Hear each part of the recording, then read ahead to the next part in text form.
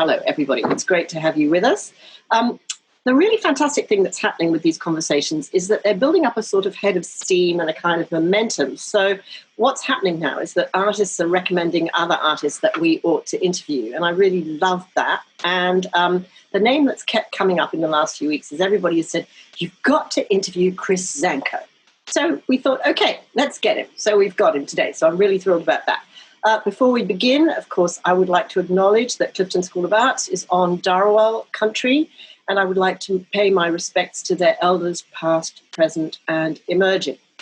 Now, Chris is the real thing when it comes to local.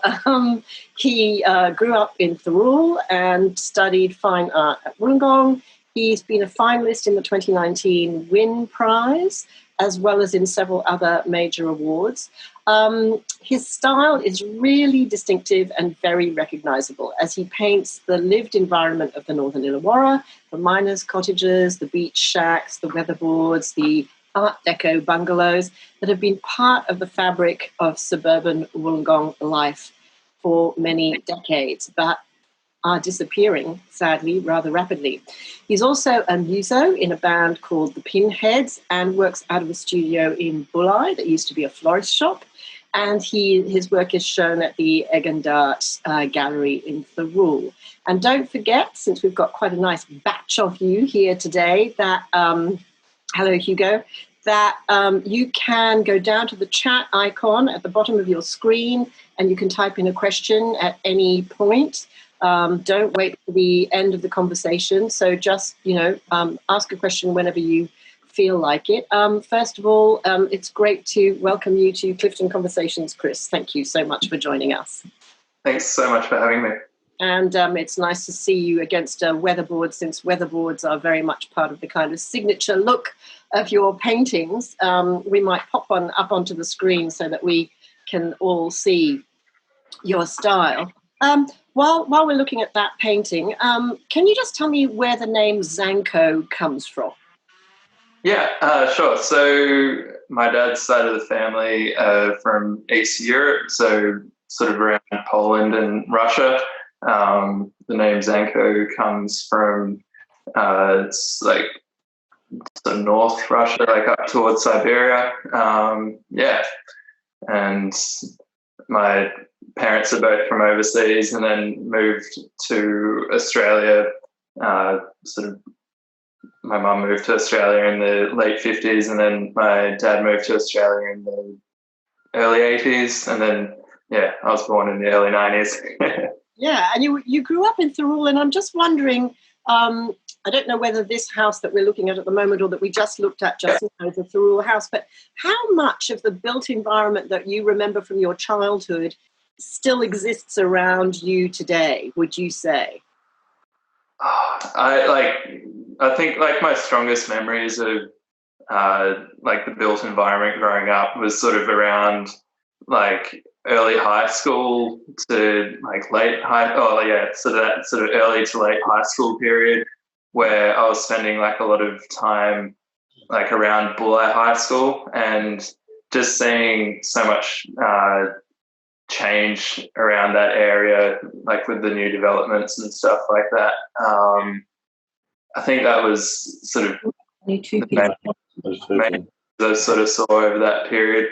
Did you have any particular favourite buildings that have been knocked down and disappeared that you remembered and that you really miss? I guess recently there was like two buildings that were on Lawrence Hargrave Drive as you're driving up to Ostermere from Thirroul that were on the western side of the road. There was like a little fibro cottage and then like a blue house with a pitched roof. Like those both got knocked down, and I guess those were two places that I really thought were quite nice. But I don't know. I think it's just even like so much of that landscape is something like what I'm so used to seeing, and like it's almost I don't notice that they're there until like they're gone. So it's sort of really like I guess triggered me to like look at places that I'm so familiar with again. So you're doing a really interesting thing, because in a way you're documenting houses which in the future might not be there anymore, and the only way that we'll be able to remember them is photographs in your paintings. And I really like that idea of almost ghost houses. Yeah, and you had a photo of one of my recent works up just before. It was like a weatherboard one, and that was like near Grafton. And like a lot of works that I do make sort of document like trips that I've made up and down like the Pacific Highway or the Hume Highway. And just like even, in the past like 10, 15 years, there's been so many like bypasses of those small regional and country towns. And kind of like missing like those places now, because you can sort of see them from a distance where the old sort of more local road is. Yeah. But just it's crazy what like an expressway can do to your cognitive map, I guess. That's a very nice phrase. And also I think it's really interesting to sort of bear in mind that, just because a building does not have heritage value or does not have some kind of official rubber stamp as being of architectural merit, doesn't mean that it's not part of the fabric and the memory of the people who live here. So I think your work really captures that. Can we just talk a little bit about your technique, because it's quite popular? So you start with a photograph, and then can you just walk us through the process? Yeah, definitely. Like I'll take a photograph, and then from that point I create a sketch. And if I'm making like a larger work, I'll project that sketch up onto like a board, like a bigger board.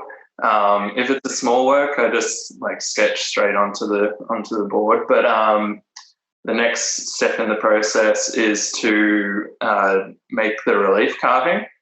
So I have like a number of tools which I guess are very similar to lino carving tools. I carve the work out, and then next step is to seal the work and then paint in like all the different colors and sort of textures and things like that I might want to add. And then the last step is really to just like roll over the whole work as if I was going to create a print from it. It's sort of, I guess, like really ties the work together, putting that sort of final black layer over everything. And it's sort of the areas that aren't carved out will be black, but the areas that I have carved out are those sort of coloured areas. Seems like a very laborious, very deliberate process with a lot of stages. Mm-hmm. So it's not the traditional sort of idea of lino cut or wood blocking. Why are you so interested in having this as your process? I think just being able to present the process as the work is something that I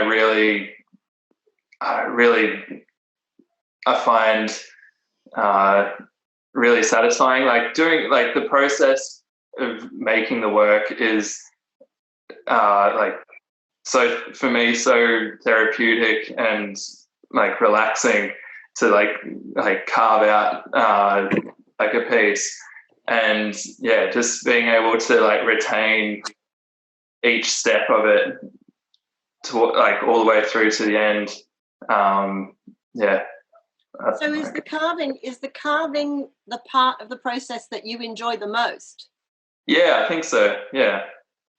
And it's like that part of the process, like I can, do like 5 minutes here and there, or I could sit down for, 6 hours straight.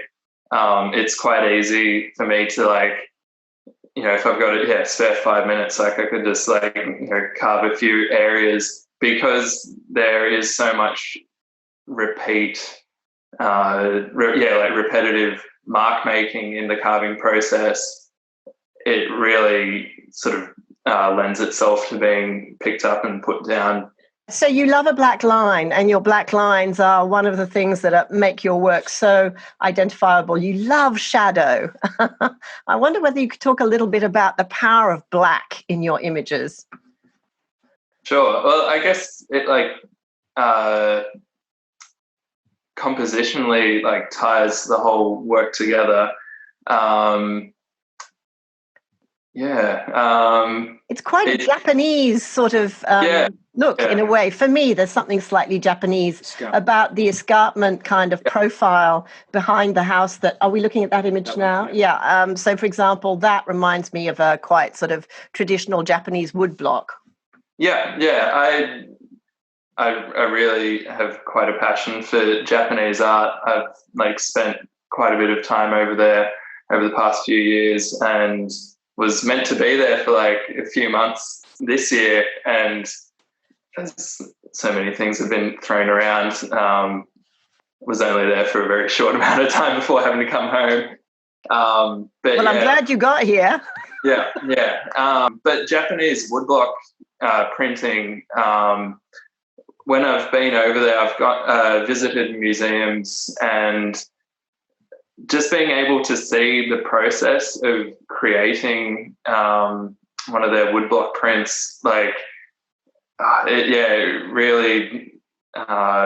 was really inspiring to see the patience and accuracy that's put into each work. Yeah, I think patience is obviously one of your qualities, given the fact that you love that thing of the multiple stages and the sort of repetition and the meditative quality of that. One of the things that I feel that I've learned about the landscape that I live in from you, which I think I hadn't noticed before, is that, some of your subjects are Art Deco bungalows, and there are not that many of them left, but it's more the beach sort of weatherboards that have disappeared and the miners' cottages that I'm more familiar with. But there are little pockets, aren't there, in the back streets more of Thirroul, I'm thinking of, where there are these absolutely fabulous bungalows. Yeah.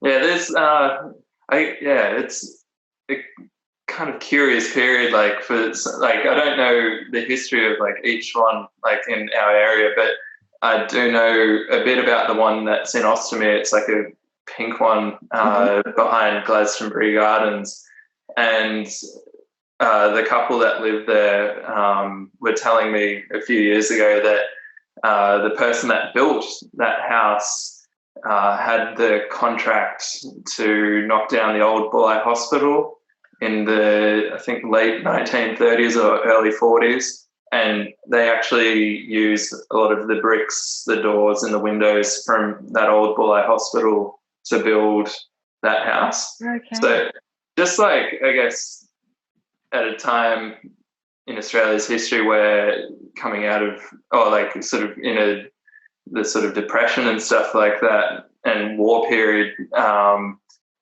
I guess materials weren't as readily available, and that's a really great example of building something that was of the time, Art Deco, but using recycled materials. I thought that was quite an amazing story, because absolutely, to the eye it doesn't look like it is necessarily what you would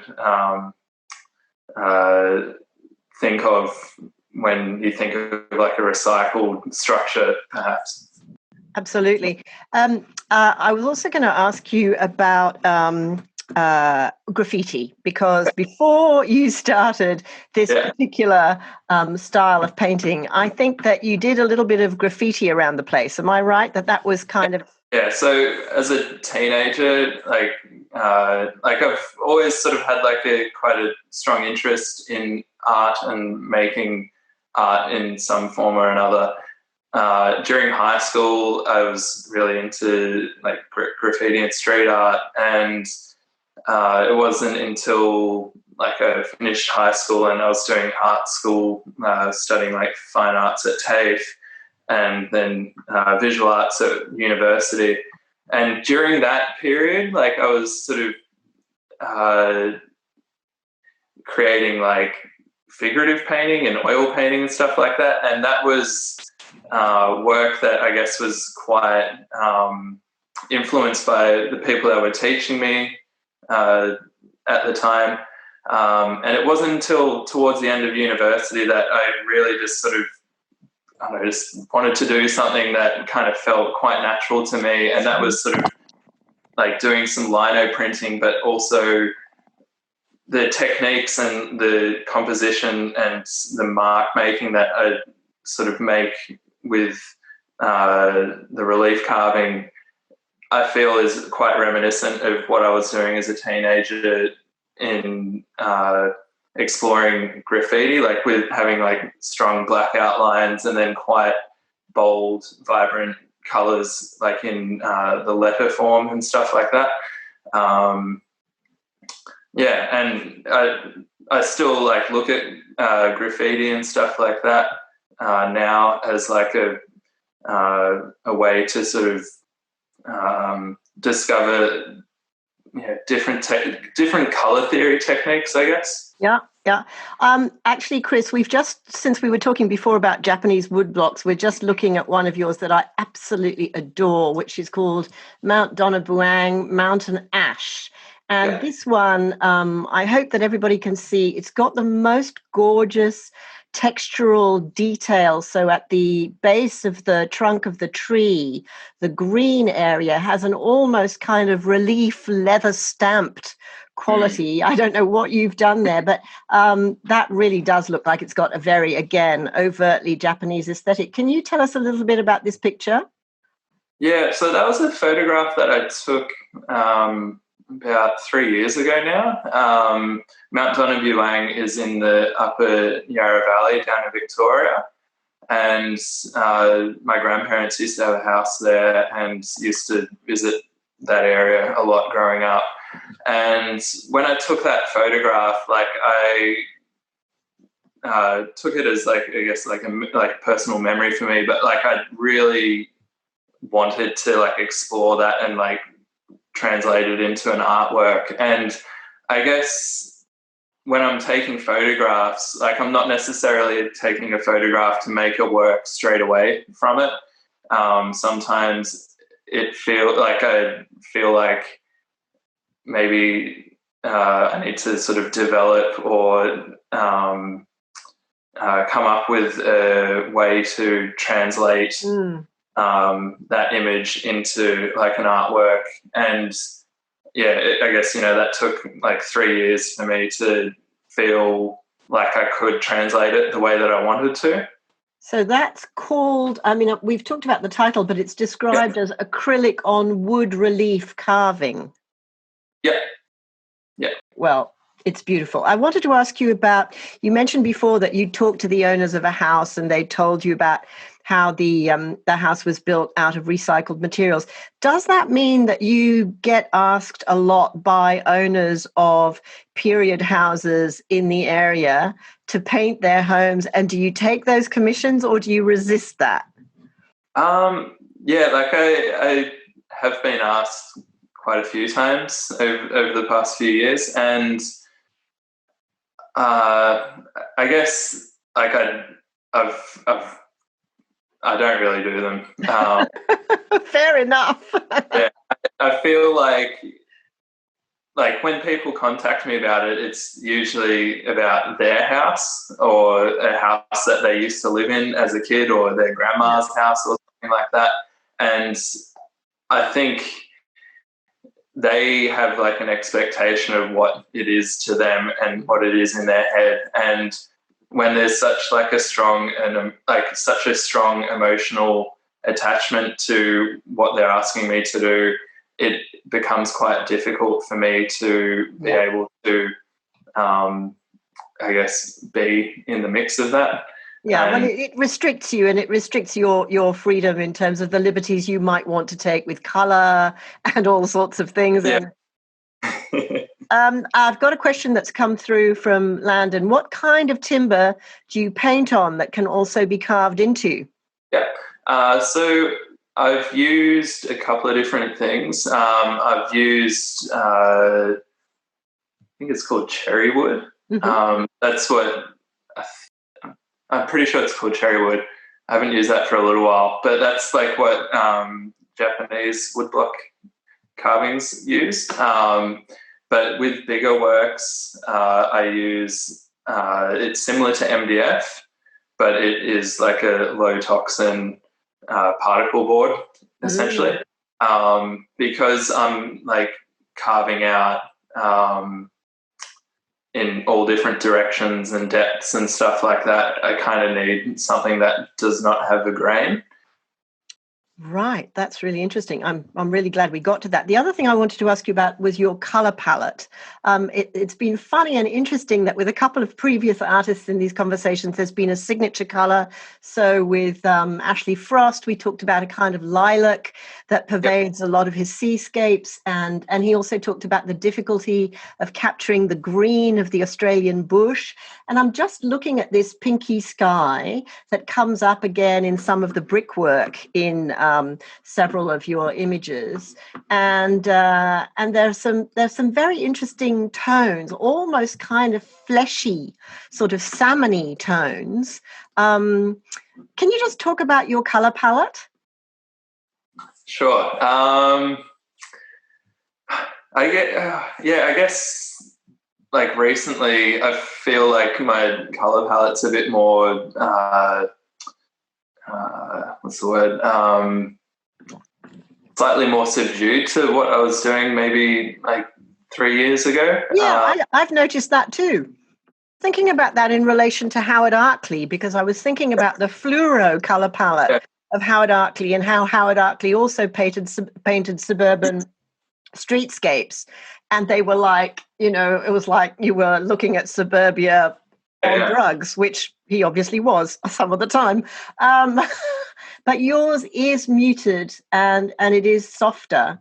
And I'm just wondering about whether it's important for you, for example, to be faithful to the color palette of a house that is the subject of a work, or whether you take liberties with that. Okay. Yeah. I take lots of liberties. I take liberties with the composition of the work as well. Not just the color. But like it's all sort of within reason. Like in terms of color, like it might just be that like it might bring things forward or push things back a little bit. When you say take liberties, would you, for example, add a garden, or would you re-landscape someone's house? Yeah. Like I might move bushes around, or like take something away. Or add something.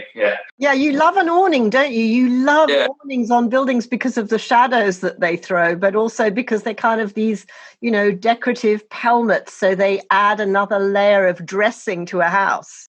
Yeah, it's kind of like sunglasses or something for the face of the house. Well, it's true, because it does add a sort of mystery to your houses, because the windows are shuttered, the curtains are closed, the awnings are down, and so you do feel like these are sort of hermetic spaces that we can't penetrate. Yeah. I even the other day, like I saw like a house that was in East Corrimal, and like I could see that it had like awnings that were rolled up, and I was like, I'll have to wait until like summer to come back and then like get a photo of that place when they will have the awnings rolled out. I was thinking about, I was reading about the fact that you're pretty into horror movies, Chris, and also you've got an interest in UFOs and aliens. And I was just going to ask you, if an alien landed in the northern Illwarra, where would you take them to show them how we live typically? What would be your kind of landmark building or your favorite place if an alien said, take me somewhere that is quintessentially this place? I don't know, probably like one of the 40 cafes or something around the area. Yeah. Yes, that does tend to kind of define the culture. I wanted to ask you because so many people recommended you for this conversation and said, your work is so fabulous and it would be great to talk to you. Do you feel that you belong here to a community of artists? And if you do, is that important to you? Is that one of the reasons for staying here? Could you just talk a bit about that? Yeah, I 100% feel part of a creative community on the South Coast where we live. I guess as a teenager and coming towards the end of high school, it was quite a common thing for people to move to Sydney or move to Melbourne to pursue studies or interests in art or music. And I guess it wasn't until just finishing high school and seeing that there was a few people that were starting to do things in the local area and sort of build the infrastructure, I guess you'd call it infrastructure, to sort of make that community in this area a thing, that it really sort of solidified for me that I wanted to stay here and continue to be part of the dialogue going on in the South Coast. No, and that's great. Yeah, I think Wollongong Art Gallery, I've got such an appreciation for that place. It's such an amazing space, and it's so cool seeing shows from around Australia or sometimes stuff from overseas in that area. And I think it's really good to try and sort of encourage people that are growing up around this area to sort of invest their creative outlets into this area. And I guess the more time that passes with doing that, hopefully more opportunities for people wherever they are in terms of age or skills and stuff like that will be able to have a place to explore creative things, whether it's music or art. Absolutely. Well, we very much want you to stick around, so we're very glad that you feel that way. We've had a couple of other comments. Michelle Elliott, another local artist I'm sure you know, has made a point of comparison with Margaret Preston in terms of your images, and I can absolutely see what she's talking about. And you nodding, I think you can too. Viv Wilson, another local artist, has said the liberties that you're taking with re-landscaping houses is working. So I think that's you may even be giving people ideas about how they should recreate or create new gardens for their homes. Who knows? So thank you so much for being with us today. We really appreciate it. And just before we finish today, I just want to mention that in 2 weeks' time, I will be talking to local award-winning author Helena Fox, who will be our first guest writer. And I'm really thrilled about this. I've just finished reading her novel, How It Feels to Float, which is a young adult novel, but which I just can't think of any adult reader who would not love it. If you love the writing of Marcus Zusak, if you love the emotional intensity of Sophie Laguna, then Helena Fox, I think, is right up there.